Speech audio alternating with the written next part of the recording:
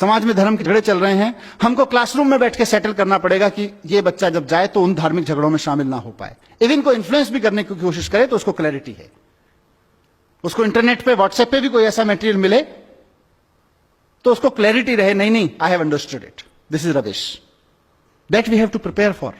धर्म के जाति के झगड़े हैं, क्षेत्रवाद के झगड़े हैं, क्रिटिकल नहीं है। 5000 साल पहले जिसने कुछ कह दिया उसी को माने बैठे हैं। नया करने की क्षमता पैदा नहीं हो रही है हमारे बच्चों में। आप देखिए कितने बच्चे हैं जो नया पैदा कर सकते हैं, नया सोच सकते हैं, क्योंकि नया करने के लिए रिस्क चाहिए, रिस्क लेने की क्षमता चाहिए, और रिस्क लेने की क्षमता हम लोग नहीं पैदा कर पा रहे हैं बच्चों में। क्योंकि हम जब पैदा कर पाएंगे तो हमारी क्लास में पढ़ने वाले 40 बच्चों में से कम 38 के बीच होनी चाहिए।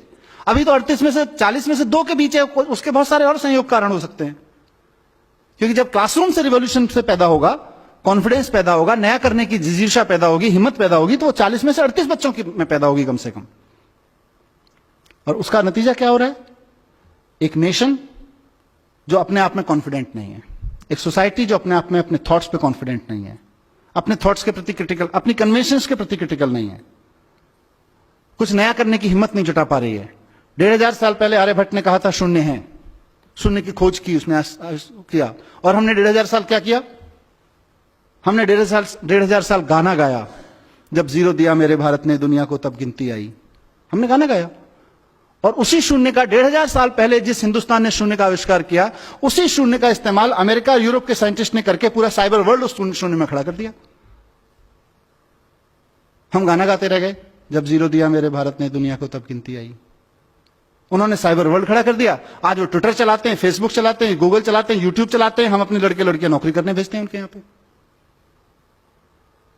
और हम कहते हैं कि हम तो बहुत महान देश थे पहले से। हम अच्छा हमने किया है, काफी कुछ किया है, ऐसा नहीं है कि एजुकेशन में कुछ नहीं हुआ। मैं with due respect to every educator मैं कहना चाहता हूं कि एजुकेशन की आज तक की बहुत अचीवमेंट है।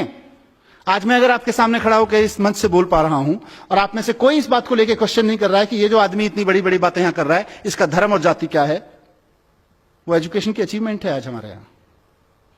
आज आपके सामने कोई आदमी इंटरनेट यूज करता है और आपके मन में कभी भी यह सवाल नहीं उठता, मतलब आपके माने समाज के मन में, समाज में किसी के मन में यह सवाल नहीं उठता है कि इंटरनेट यूज करने वाले की जाति क्या है, जरा पूछ के तो देख लें, इस जाति के लोगों की हिम्मत कैसे हुई इंटरनेट यूज करने की। आज ये क्वेश्चन नहीं बचा है समाज में, वो एजुकेशन की वजह से है। 500 साल पहले गुलाम खरीदना और रखना या गुलाम की तरह बिकना समाज की स्वीकृति में था। आज कोई भी व्यक्ति इस बात को स्वीकार करने को तैयार नहीं है अपने सामने किसी गुलाम को बिकते हुए देखकर। खुद के लिए गुलाम होकर बिकना या खुद के लिए गुलाम खरीदना तो अलग छोड़ दीजिए, ये एजुकेशन की अचीवमेंट है। लेकिन जहां नहीं पहुंचे वहां का चर्चा करना जरूरी है। जो छूट गया एजुकेशन से वो बहुत क्रिटिकल है और वो बहुत स्लो है। इसीलिए मैंने कहा हम अतीत के गुणगान में बहुत लग गए हैं। हिंदुस्तान की सबसे बड़ी प्रॉब्लम यही है कि हम अतीत का गुणगान बहुत करते हैं। हमारे यहां आर्यभट्ट हुए थे, अरे सर जी आर्यभट्ट हुए थे, उसके बाद हमने क्या किया? आर्यभट्ट तो होके चले गए।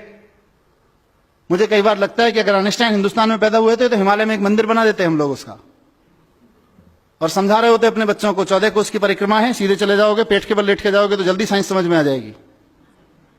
पैदल जाओगे तो इतने दिन लगेंगे साइंस समझने में, हेलीकॉप्टर से चले गए तो इतने दिन लगेंगे साइंस समझने में।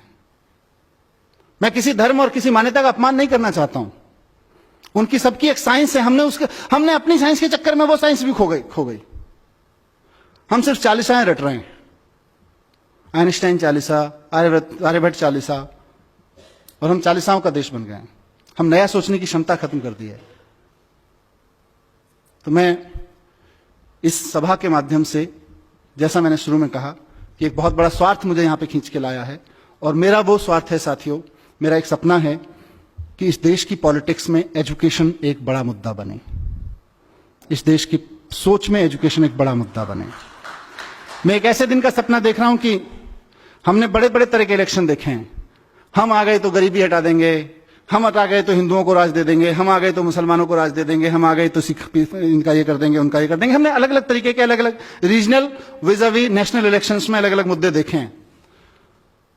मैं चाहता हूं कि इस देश में इस बात पर डिबेट हो और पॉलिटिकल पार्टीज आके खड़ी हों और कहें कि अगर हम आ गए तो हम एजुकेशन को यहां लाके खड़ा करेंगे, उस पर इलेक्शन लड़े जाएं। गलत सपना तो नहीं देख रहा जी?